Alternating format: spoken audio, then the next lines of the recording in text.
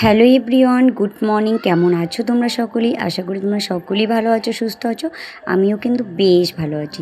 কোচবিহারের এই ছোট্ট একটা গ্রাম থেকে আমি শম্পা তোমাদেরকে স্বাগত জানিয়ে আজকে আরও একটা ভিডিও শুরু করতে চলেছি।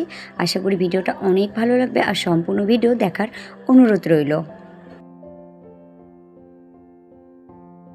ঘুম থেকে তো কিছুক্ষণ আগেই উঠে পড়েছি। বাইরের কিন্তু সমস্ত কাজ করা কমপ্লিট হয়ে গেছে। ঘর ঝাড় দেওয়া, উঠান ঝাড় দেওয়া, চান করা, তারপর ঘরও মুছে নিয়েছি আজকে সকালবেলা। তারপর কিন্তু বিছানাটা গোটাতে আসলাম। আর আজকে কিন্তু অনেক দিন পর কিন্তু সকালবেলা পুজো দিতে পারবো না, মানে কি বলো তো, মেয়েদের তো অনেক শারীরিক সমস্যা থাকে, তার জন্য কিন্তু আজকে আর পুজো দিতে পারবো না। আজকে পুজোটা কিন্তু ঠাম্মাই দিয়ে দিবে, আর বাদ বাকি কাজগুলো কিন্তু এখন করে নেব।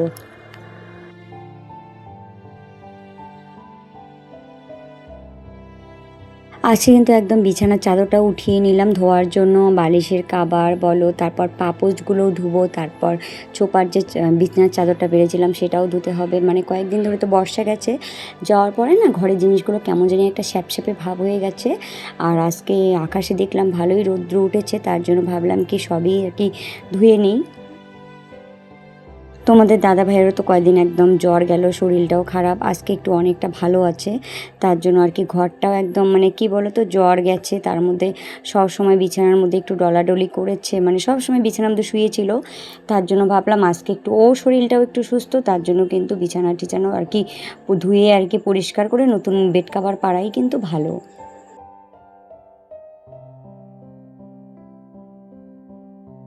আমাদের যে কয়েকদিন ধরে এত বিপদ যাচ্ছে না, তোমাদেরকে কি বলবো। আমার মায়ের তো সেদিন শরীর খারাপ, হাসপাতালে ভর্তি করলাম। বাড়িতে এসে দেখি তোমাদের দাদা ভাইয়েরও প্রচণ্ড আর কি শরীর খারাপ, জ্বর ঠর সব আর কি একাকার হয়ে গেল। আর আজকে আবার 3 দিন হয়ে গেল তোমাদের দাদাভাই সুস্থ হয়ে গেছে, কিন্তু আবার আজকে আমার মেয়ের হঠাৎ করে প্রচণ্ড জ্বর এসেছে। আর কি বলো তো, আর নেওয়া যাচ্ছেই না। মানে যখন আর কি একটা বাড়িতে আর কি অসুস্থ আর কি মানে লেগে যায় না, তখন দেখবে কি কারো না তো কারো কিন্তু হতেই থাকে। মানে এই যে তোমাদের দাদাভাই ভালো হলো, আমার কিন্তু মেয়ের আবার জ্বর শুরু হলো। আমার কিন্তু একদমই ভালো লাগে না।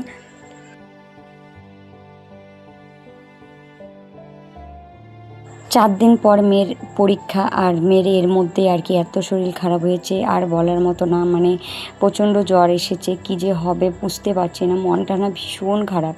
কিছুদিন আগে মায়ের শরীর খারাপ, তারপর তোমাদের দাদার শরীর খারাপ, এখন আবার মেয়ের শরীর খারাপ। আমারও তো শরীর খারাপ, কিন্তু আমার কথা বাদই দাও। মানে ওরা সুস্থ থাক, আমার কি হয় হোক আমি কিন্তু ভাবি না, কিন্তু ওরা সুস্থ থাক সব সময়।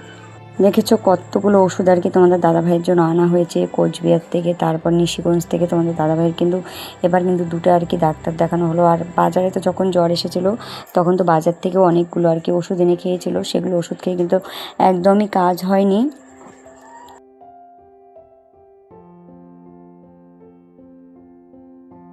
জামা কাপড়গুলো কিন্তু এখন ছাপের জলে ভিজে রেখে আসলাম। তারপর কিন্তু ঘরে এসে এখন কিন্তু গডরেজটা মুছে নিব। সাদা গডরেজ তো, মানে কেন জানি না একটু আর কি ধুলো পড়লেই না চোখে কেন জানি না লাগে।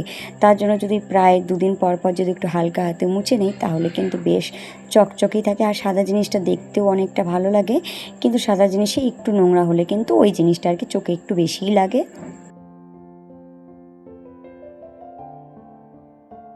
আমার কিন্তু আগের আলমারিটা একটু বড় ছিল, কিন্তু এই আলমারিটা একটু সাইজে ছোট হওয়ার কারণে না আমার ঘরে কিন্তু অনেকটা জায়গা হয়ে গেছে। এখন কিন্তু ঘরটা ঢুকলে না বেশ ভালোই লাগে। আর আগের আমার আলমারিটা না অনেকটা বড় ছিল, মানে অনেকটা চওড়া ছিল, মানে অনেকটা জায়গা লেগে গেছিলো। আর সবসময় মনে হচ্ছিলো কি ঘরটা হয়তো অনেকটা ছোট। এখন কিন্তু আমার ঘরটা অনেকটা বড়ই লাগে।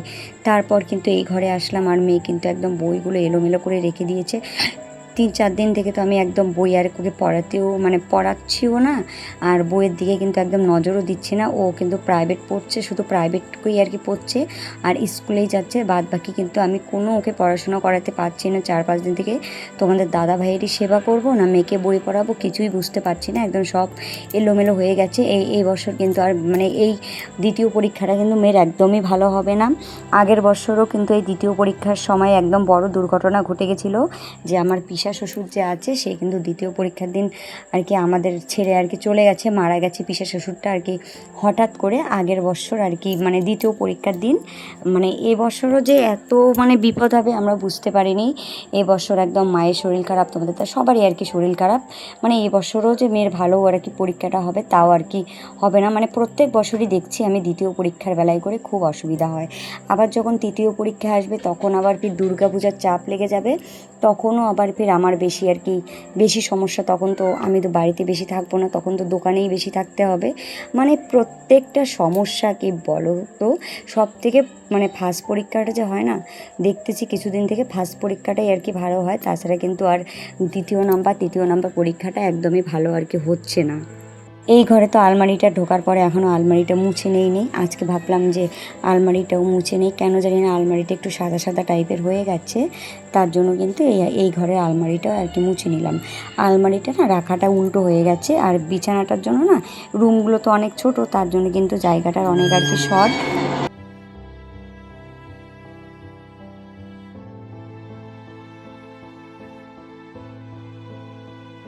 ইনভার্টারের উপরটাও একটু ধুলো পড়ে গেছে, ইনভার্টারটাও আর কি মুছে নিলাম। সবই কিন্তু আজকে টুকটাক করে হালকা করে মুছে নিলাম, সবটা তোমাদের সঙ্গে আর কি ক্যামেরার সামনে শেয়ার করিনি। খাটটাও মুছে নিয়েছিলাম, ড্রেসিং টেবিলটাও মুছে নিয়েছিলাম, শুধু আলমারি দুটোই কিন্তু আজকে মোছা দেখালাম।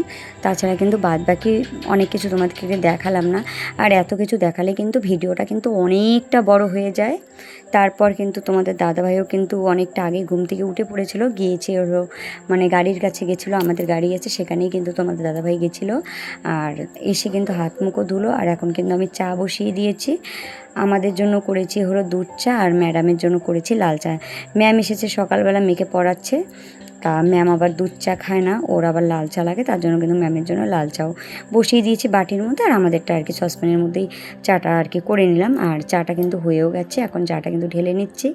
আর টুকটাক করে যে কাজগুলো আছে, জল ভরা, হাঁড়িতে জল ভরিয়ে নিতে লাগবে, তারপরে বালতিতে, বোতলগুলোতে আজকে আগেই জল ভরিয়ে নিয়েছি, তার জন্য কিন্তু আর কি চাটা খেয়ে তারপর যা টুকটাক কাজ আছে সেগুলো কিন্তু করতে হবে। জামা কাপড়গুলোও তো কলে পারে ভিজিয়ে রেখেছি, সেগুলোও কাচা বাকি আছে, সেগুলোও কাচবো। আজকে কিন্তু বিস্কুট দিয়ে চা খাবো না, আজকে হলো মুড়ি দিয়ে চা খাবো। চানাচুরটা নষ্ট হয়ে যাচ্ছে, তার জন্য কিন্তু চানাচুরটা দিয়ে মুড়িটা মেখেই কিন্তু চাটা খাবো। আর আমার বেশি কিন্তু মুড়ি দিয়ে চা খেতে ভালো লাগে। বিস্কুট আমি বেশি একটা পছন্দ করি না, তবুও আর কি মাঝে মাঝে আর কি মুড়ি খেতে ইচ্ছা না করলে বিস্কুটটাই সেদিন খাই। কিন্তু মেয়ে কিন্তু বিস্কুট ছাড়া একদমই খেতে চায় না, মেয়ের আবার বিস্কুট লাগে, তোমাদের দাদা ভাইয়েরও বিস্কুট লাগে, আমার আবার বিস্কুট খেতে ইচ্ছা করে না, আমার আবার মুড়িটাই বেশি ভালো লাগে। চা খাওয়া হয়ে গেল, এখন কিন্তু বাসনগুলোও ধুয়ে নিব।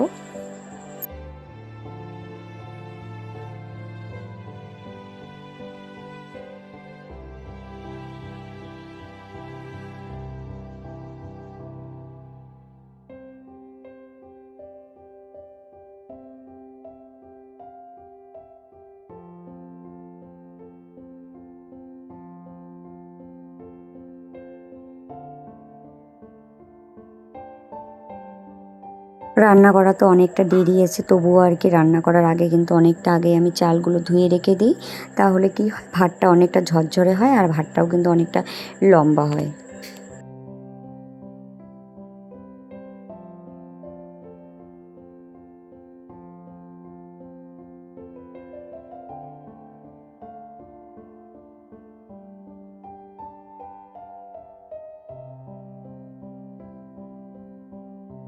এখন কিন্তু জামা কাপড়গুলো কেচে নিয়ে আসলাম, আর আজকে কিন্তু মশারিটাও ধুয়েছি। মশারিগুলো না মেলে দিতে অনেকটা অসুবিধা হয়ে যায়, কখন যে মাটিতে পড়ে যায় ঝামেলা হয়ে যায়। মানে সব কিছু ধুতে না ভালো লাগে, কিন্তু মশারিটা ধুতে না আমার একদমই ভালো লাগে না একদম। আমার কিন্তু সব কিছু ধুতেই ভালো লাগে, আমার শুধু মশারিটা ধুতেই ইচ্ছা করে না। মশারিটা কিন্তু আমি মাসে প্রায় একদিনই ধুই, তাছাড়া কিন্তু আমি মশারি ধুই না। আজকে কিন্তু রান্নাবান্নার চাপটাও একটু কমই ছিল, তারপর মেয়েরও পড়ানোর চাপ ছিল না, তার জন্য কিন্তু অনেক কাজ আজকে প্রায় করে নিয়েছি সকালবেলার মধ্যেই, কিন্তু একদম সমস্ত কাজ কিন্তু পুরোটাই কমপ্লিট করে ফেলেছি।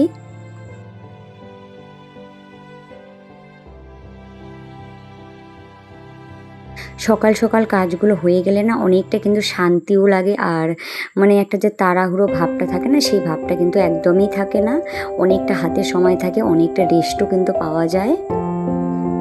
প্রত্যেক দিন এতগুলো করে জামা কাচ্ছি না, একদম জায়গারও শর্ট হয়ে যায়, মানে এতগুলো মানে জামা কাপড় কেচেছি না, একদম জায়গার কিন্তু শর্ট হয়ে গেছে। কোথায় দেবো কোথায় না দেবো একদম কিন্তু দিশা পাচ্ছি না। পরে কিন্তু আরও জামা কাপড় কাচার কথা ছিল, পরে জায়গার অভাবে কিন্তু আর জামা কাপড় কাচতে পারিনি। এখন দেখছো রোদ, তারপর কিন্তু যখনই 12টা বেজে গেছিলো তারপর কিন্তু অন্ধকার হয়ে আসছিল আকাশটা। আমি তো বারবার ঠাকুরকে বলছিলাম আজকে বৃষ্টিটা এসো না, একটু পরে আসো, জামা কাপড়গুলো কিন্তু শুকিয়ে কিন্তু বৃষ্টি আসেনি, কিন্তু আকাশটা কিন্তু অনেকটা রোদ, মানে অনেকটা সময় ধরে না একদম মেঘলা হয়েছিল। তারপর আবার কিন্তু রৌদ্র উঠেছিল আর সমস্ত জামা কাপড় কিন্তু শুকিয়ে গেছিলো।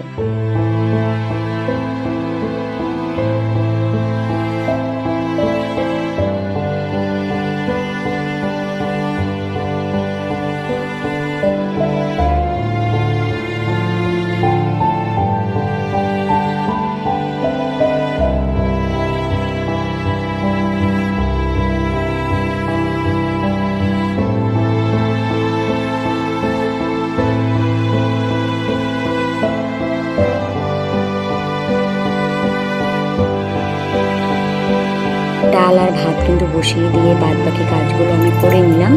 আর ওইদিকে তো জামা কাপড় শুকাতে দিয়ে আসলাম, আর এখন কিন্তু আমার ডালটাও সিদ্ধ হয়ে গেছে। এখন ডালটাও কিন্তু ফোড়নে দিয়ে দেবো, আর ভাতও কিন্তু হয়ে গেছে। ভাতটা কিন্তু বাইরে গড় দিয়েছি, কারণ ঘরে তো অনেকটা জায়গা শর্ট, তার জন্য কিন্তু ভাতের হাঁড়িটা আমি বাইরেই গড় দিই।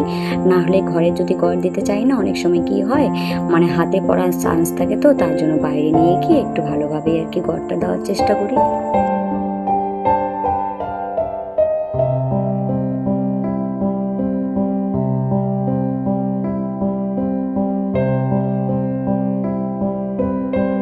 এখন কিন্তু ফোড়নটা দিয়ে দিব, জিরা আর পেঁয়াজ দিয়ে কিন্তু ফোড়নটা দিয়েছিলাম।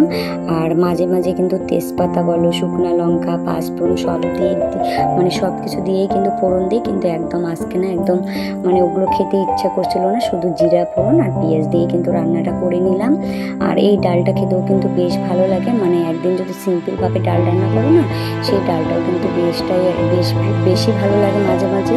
মানে একরকম মানে তরকারি খেতে খেতে না একদমই ভালো লাগে না, মাঝে মাঝে কিন্তু একটু স্বাদটাকে চেঞ্জ করলে কিন্তু খেতে কিন্তু বেশ ভালো লাগে। আর ডালটাও কিন্তু ভীষণ টেস্টি হয়েছিল।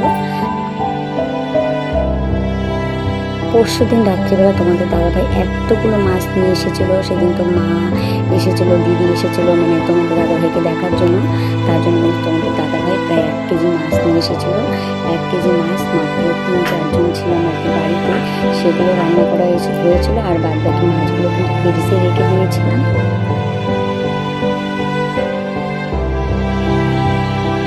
কালকেও ভাজা করেছিলাম, সকালবেলাটা খেয়ে নিয়েছিলাম। তারপর তো সারাদিন একদমই বাড়িতে রান্না করিনি, কোচবিহারেই সারাদিন ছিলাম।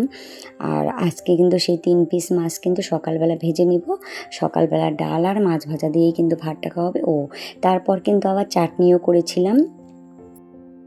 আমি কিন্তু বড় মাছের পিস একদমই পছন্দ করি না, আমার ছোট ছোট মাছের পিসই কিন্তু ভালো লাগে। তোমাদের দাদাভাই কিন্তু এই যে বড় বড় মাছের পিস এনেছেন না, আমি কিন্তু তোমাদের দাদাভাইকে মানে দাদাভাইয়ের সঙ্গে কিন্তু আমি রেগেও গেছিলাম, কারণ এত বড় বড় মাছের পিস না আমার একদমই কেন জানি না খেতে ইচ্ছা করে না। ছোট ছোট মাছের পিস হবে, ভাজা হবে ভালো আর কি, তেল ঢুকবে, খেতে কিন্তু বেশ ভালো লাগে। বড় বড় মাছের পিস না ভিতরে ভালো লাগে না আর কি, ভিতরটা আমার একদমই খেতে ইচ্ছা করে না। আর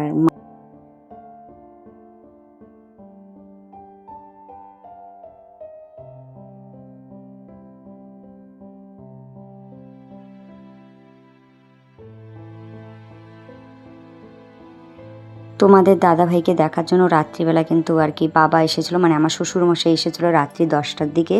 তখন কিন্তু আম নিয়ে এসেছিলো, অনেকগুলো আম নিয়ে এসেছে, তা সেই আমগুলোই আর কি রেখে দিয়েছিলাম। রাত্রিবেলা তো একদমই খাওয়া হয়নি, আরও আছে ফ্রিজে। তোমাদের দাদাভাই তো একদমই আজকে দোকানে গিয়েছিলো, খাওয়ার কিন্তু একদমই সময় পায়নি। তার জন্য কিন্তু ঘরে আম আছে, আর চাটনি করব না সেটা তো হয় না। আর মেয়ে তো চাটনি খেতে ভীষণ পছন্দ করে, তার জন্য কিন্তু মেয়ের জন্য চাটনিও বানিয়ে রাখলাম। আর আমগুলো কিন্তু বেশ মিষ্টি, বেশি চিনিই লাগেনি, এমনিতেই কিন্তু আর কি চাটনিটা প্রায় হয়ে গেছে অল্প চিনি দিয়েই। আমার কিন্তু এই চাকুটা একদম কালো হয়ে গেছে, মানে চাকু দিয়ে তো বেশি একটা কাটাকাটি হয় না, শুধু মাঝে মাঝে পেঁয়াজটাই কাটি, তার জন্য কিন্তু চাকুটা বেশ কালো। আর আমি কিন্তু সব সময় তরকারি কিন্তু বটি দিয়েই বানানোর চেষ্টা করি। আর আজকে কেন জানি না ইচ্ছা হলো চাকু দিয়ে আমটা বানিয়ে নিই। চাকু দিয়ে আম বানালে না একদমই আমার আর কি মানে চাকু দিয়ে কোনো কিছু আমার বানাতে ইচ্ছা করে না, ভালো লাগে না। ওই কড়াইটার মধ্যে তো মাছ ভেজেছি, তার জন্য কিন্তু ওই কড়াইয়ের মধ্যে একদমই আর চাটনিটা করব না। এখন কিন্তু এই কড়াইটা বসিয়ে দিলাম, মানে এই কড়াইটার মধ্যে কিন্তু আমের চাটনিটা করে নেব, তাহলে কিন্তু তাড়াতাড়ি হয়ে যাবে। আর ফোড়নে দিয়ে দিলাম কিন্তু শুকনো লঙ্কা, আর দিয়েছি হলো পাঁচফোড়ন, এগুলো দিয়ে কিন্তু চাটনিটা করে নিব।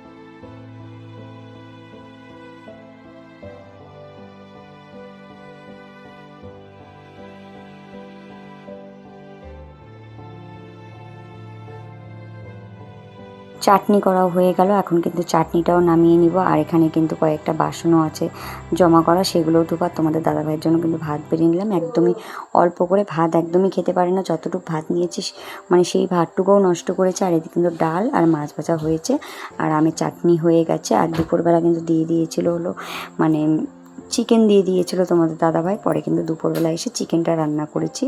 তোমাদের সঙ্গে আর ঠিকভাবে আর কি চিকেন রান্না শেয়ার করিনি, হলুদ শেষ হয়ে গেছিলো, হলুদের একটা বড় প্যাকেট দিয়েছিল, আর মেয়ের খাতা শেষ হয়ে গেছিলো, খাতাও আর কি আনা হলো। আর ঠাম্মার জন্য এনেছি হলো বেগুন, ঝিঙ্গা আর কাঁচা লঙ্কা শেষ হয়ে গেছিলো, কাঁচা লঙ্কাটাও আর কি আনলাম।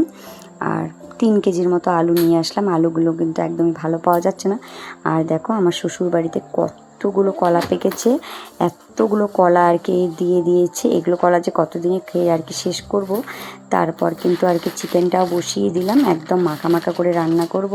তোমাদের দাদাভাই একবার মানে একদম না ঝোলটা একদম খেতেই পারে না, মাখা মাখা করে চিকেন রান্না করলে না একদম আর কি খেতে পারে ভালো। আর আজকে 4-5 দিন পর কিন্তু তোমাদের দাদাভাই কিন্তু বেশ ভাতও আর কি খেয়েও ছিল, মানে যতটুকু আর কি পরিমাণে দিয়েছিলাম ভাতটুকু সম্পূর্ণটাই খেয়েছিল। আমার কিন্তু বাজার থেকে এসে যখন আর কি দেখলাম না ও ভাতগুলো খেয়েছে, আমার কিন্তু বেশ ভালো লাগলো।